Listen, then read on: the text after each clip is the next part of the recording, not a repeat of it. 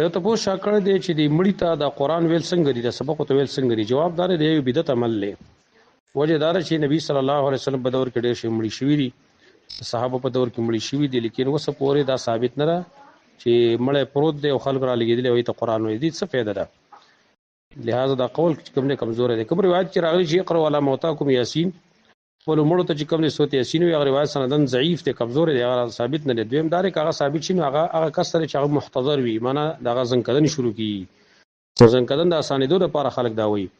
نو دا هر روایت ثابت نه دی او ثابت شي معنی دا غدا او پاتې شو چې سړی وفات شو دغه روسه دغه خوا کې خلک دا زنانه دا سپاری راوالي قران وایي دا د سی عمل چې دا د نبی او صحابو ثابت نه دی الله نبی فرمای من عمل عمل ليس عليه امرنا فهو رد چا چې د سی عمل کوي باغ زمون حکم نو هغه مردود دی لہذا دا کار بدعت دی د ملګری تاسو کړه دی چې د دې مرګو د پاره په قران او سنت کې سیداش ته کنهشته مونږ ته وخی بالکل شریخه مرګی دا یو مرض دی نو دا مرض دی د هر مرض لپاره علاج وی د دې لپاره خې علاج کوم دی نو هغه دار چې یو درې ورځې یا د درې ورځې سیوا خو درې ورځې کم نه سبا او بیګار د مریضو د په سورۃ الفاتحه باندې وکړه دم کلی شي وکړه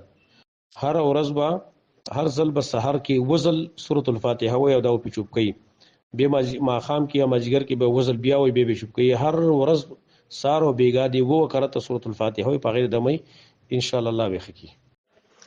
دی ملګری دا تاسو کړی دی چې د بازي جماعتونو کې د مازیګر مونډ ډیر نا وخت کېږي زه په خپل ټیم باندې په کور کې منځ کوم بیا مسجد لاړ شم دا کار زما صحیح دی کنه ملګری وای دا کار غلط دی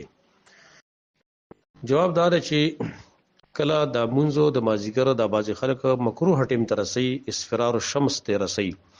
نو بیا په دغه ټیم کې ستاسو لپاره په خپل ټیم باندې موږ کول بهتر دی او وروسته به جمعه تزاو دغه سره مازیګر شرکیږي لکه دا په حدیث ته ابو ذر رضی الله عنه کې غالبا راغلي دي چې هغه ته نبی صلی الله علیه وسلم فرمایلی چې تبسکه چې کله داسې حکمرانان تاسو باندې راشي چې خپل منځ خپل ټیم وروسته کوي دا ورته یا رسول الله تاسو امر کې ویل تاسو خپل منځ کوی په خپل ټیم باندې ابي دغه سره شریک کوي دا تاسو سره پر نفل وي او کچرته دی د منځو مکروه ټیم نه رساو بلکې د منځ لپاره درې اوقات دي کنه اول وخت ته منځنه دی او اخرنه دی نو کله د درې اوقاتو کې په یو وخت کې کول نه به دغه سره په جمع کې شریک کېدل دا بهتر دی